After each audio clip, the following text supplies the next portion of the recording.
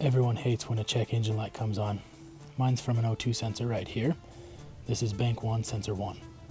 Also known as an upstream sensor because it's before this catalytic converter. The big bright shiny thing right there. If you look the other direction, heading up the exhaust, you'll see where it goes into the back of the engine. That's how I know it's sensor 1. Bank 1 is determined by the firing order. My piston number 1 is on the passenger side. Thus I also know that sensor 1 is on the passenger side. Alright, so you can tell I've got a new sensor and also got some PB blaster. I'm using a number 12 wrench, so let's get to work. They also make pivoting ratchets for this kind of work, which would speed up this job and make it a lot easier. Okay, now that I got the bolts off, I'm going to go ahead and remove the sensor.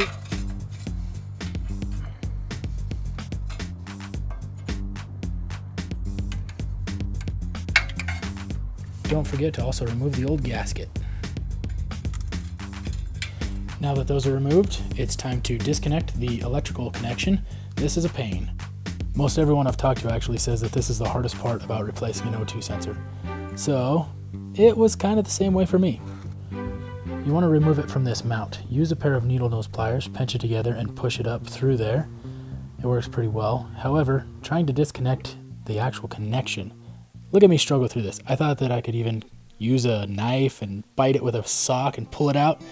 Yeah, that didn't work out. Here's a simple trick I found. Use a nail, put it up in there to disengage it, and then all you gotta do is give it a quick tug. It'll pop free. Check that out. Now it's time to put on the new stuff. So add the new gasket, and then go ahead and put on the new O2 sensor. And then you'll need to add the bolts. Put those on tight. I alternated back and forth tightening them so that I didn't smash down one side and make it uneven, cause any exhaust leaks. But once you get that on there, then it's just a matter of going to town. Okay, let's be honest. Who doesn't wish they could move this fast and do all of their projects like this? Okay, now to connect the electrical sensor. If you look on the bottom there, you can see that clip where it needs to engage. You have to line that up in the right spot to make sure that they go together, and you'll hear it clip together with a nice little click when you push them in there. There's that click. Now go ahead and click it into the mount and it'll secure it, making sure that none of the wire is touching the exhaust pipe or anything else that's going to get caught in, causing it to damage it.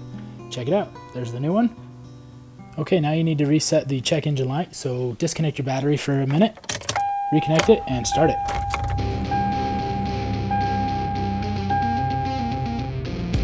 Alright, no check engine light. One thing you're going to want to do is check all of your radio stations. Make sure you route those down, as well as your mileage if you're trying to track gas mileage. It will delete those when you disconnect your battery.